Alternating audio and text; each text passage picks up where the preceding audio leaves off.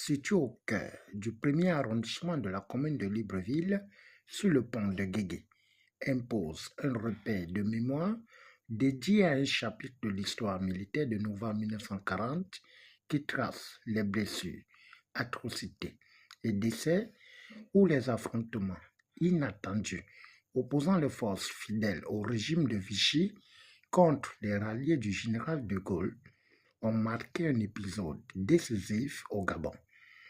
C'est dans ce cadre que la journée du 13 juillet 2026 a été en vitrine, au mur des souvenirs, en présence des membres du gouvernement, ambassadeurs de France, représentants du gouverneur, le numéro 1 de la commune de Libreville, invités spéciaux, militaires, administratifs et civils.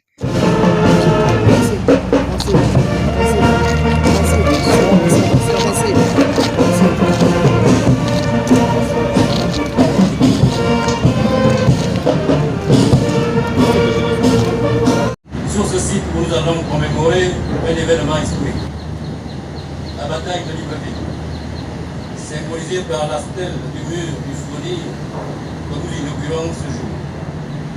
À cet effet, mesdames et messieurs, distingués invités, le maire de la commune de Libreville vous souhaite la bienvenue sur ce lieu.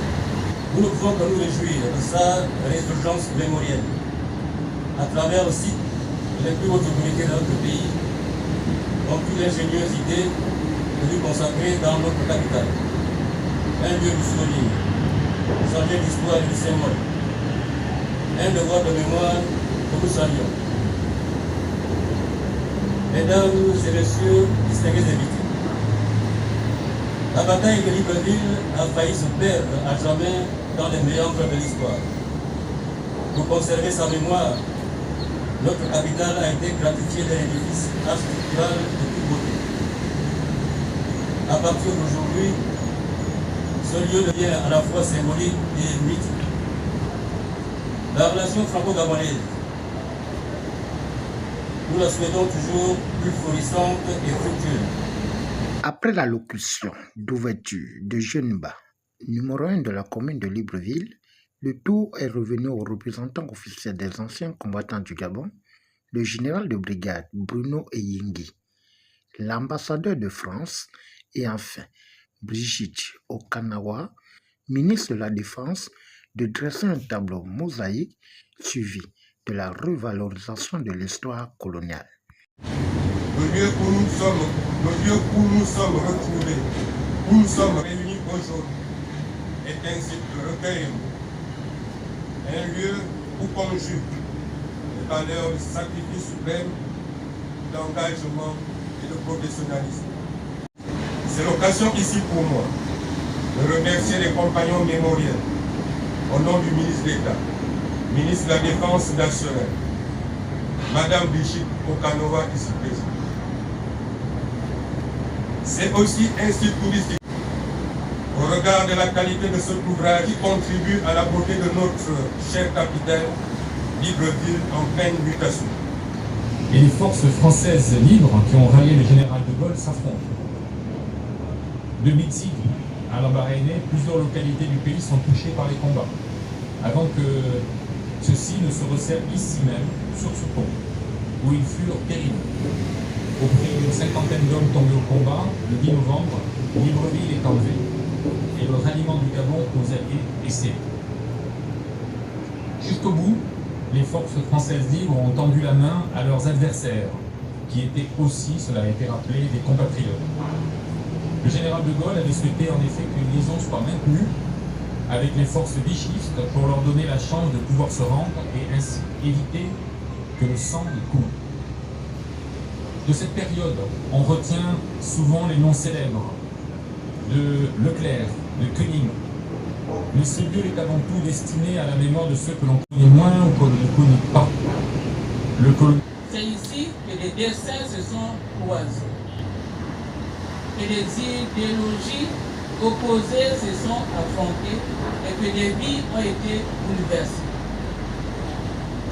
C'est ici, enfin, que nous choisissons aujourd'hui de faire triompher non pas le souvenir de la guerre, mais celui de la mémoire. de la dignité et de la paix des peuples. En inaugurant ce mur de souvenir, la République gabonaise, sous la vision éclairée de son Excellence, M. Brice Clotaire Oligui, président de la République, chef de l'État, chef du gouvernement, chef suprême des corps de de sécurité, accomplit un acte de mémoire et de responsabilité. Car une nation grandit lorsqu'elle assume toutes les pages de son histoire. Les pages glorieuses comme les plus douloureuses, les victoires comme les blessures, les moments d'unité comme ceux où les hommes se sont trouvés divisés par les conjonctures de leur époque. En novembre 1940, le Gabon fut le théâtre d'affrontement qui compte parmi les épisodes les plus marquants de la Seconde Guerre mondiale sur le continent africain. Les combats opposèrent. Sur cette terre gabonaise, les forces restées fidèles au gouvernement de Vichy. Ceux qui avaient choisi de rejoindre la France libre sous le général de Gaulle. De Mindie à Lambaréné, en passant par Libreville, ces affrontements coûtèrent la vie à de nombreux combattants et puis de nombreux blessés. Et derrière les dates et les faits militaires, il y avait surtout des femmes et des hommes, des Gabonaises et des Gabonais, des tirailleurs africains. De tous nos frères tombés au combat, que votre amour entoure ceux dont les noms sont gravés sur ce monument et qu'ils trouvent le repos dans votre paix éternelle. Bénissez, Seigneur, ce monument, que ce mémorial soit pour nous et pour les générations futures un appel vivant à bâtir un monde de concorde, de fraternité et de paix. Que la bénédiction de Dieu Tout-Puissant, Père, Fils et Saint-Esprit descende sur ce lieu ainsi que sur chacun de nous, ainsi soit-il. Notons que cet événement a fait tomber son rideau à travers une coupure du ruban, photos de famille et remerciements de la coopération bilatérale entre la France et le Gabon.